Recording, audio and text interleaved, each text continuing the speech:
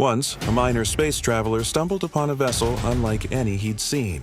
From a distance, it was just a ship, but up close it pulsed, organically alive. Thinking he'd hit the jackpot, he went inside, awakening the sentient vessel. It told him he was now part of a mission, heading to a water planet and an underwater civilization. These aquatic people, human-like with golden skin due to their red sun, were under siege. The ship's purpose, unbeknownst to the scavenger, was to protect them from a giant intergalactic threat, the Anunnaki. These giant humanoids had been relentlessly exploiting planets for millennia, and now they sought the resources of this underwater world. The scavenger quickly realized his place was with the organic ship. It unleashed its vast defense mechanisms against the Anunnaki army. In a brutal battle, the ship expended all its power, succeeding in defeating the attackers, save for one. The last surviving Anunnaki, enraged, grabbed the tiny scavenger and took him captive. But the organic ship, with a final surge of energy, began a pursuit. The story only just beginning. Severely damaged and running on fumes, the organic ship knew it could not pursue the Anunnaki alone. It made the difficult decision to turn back to the civilization it had just saved. Its return was dramatic, limping into the golden underwater city. The aquatic people, seeing their battered savior, gathered around. The ship communicated its pain and the terrible fate of the young scavenger. The people who had been protected by the ship's last stand felt a deep gratitude. Their leader, with quiet resolve, promised to aid the ship in its new mission.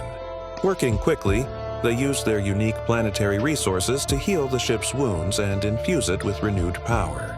The organic vessel, now stronger and more determined than ever, was ready to chase its stolen companion across the galaxy. He was an insect pinned to a cold, metal dissection table. Fear was no longer an emotion, but a constant, physical vibration in his bones, amplified by the immense scale of his captors. The Anunnaki were towering Goliaths, and their words were not language, but an agonizing, unintelligible sonic assault. A thunderous roar that pressed down on his chest, threatening to shatter his eardrums. Every attempt to communicate felt like a violent threat.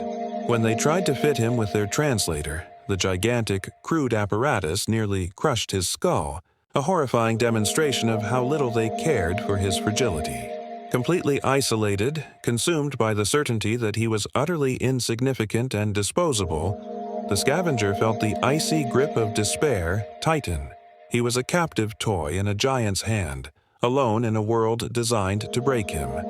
He never heard the distant tremor. The entire Anunnaki dropship was thrown into utter chaos as the organic ship made its violent entrance, using the power of the aquatic people to pierce the hull. As the scavenger watched, terrified and pressed against the back wall, a blinding flash of golden light exploded through the metallic barrier.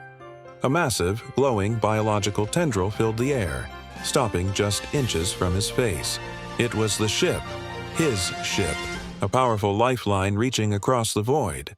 The tendril gently coiled around him and swiftly pulled him out of the confinement and away from the furious, raging Anunnaki commander. He was free, safe within the living embrace of his vessel, but the commander's screams of vengeance echoed through the void. The commander's rage was immediate and absolute. Humiliated by the scavenger's escape, she ordered every remaining fighter into the pursuit. A massive swarm of rigid Anunnaki vessels launched their singular intent: capture or destruction. But the organic ship, with the scavenger safely aboard, was built for speed and powered by the unique fluid defenses of the aquatic people. It twisted and turned through the cosmic debris, effortlessly outmaneuvering the slow, predictable Anunnaki fleet. The ship defended itself brilliantly, absorbing hits and repelling the attackers with blasts of golden energy. With a final decisive surge of power, the organic vessel broke free, accelerating into the black void and leaving the furious Anunnaki far behind, a distant, defeated memory in the wake of its final, triumphant flight.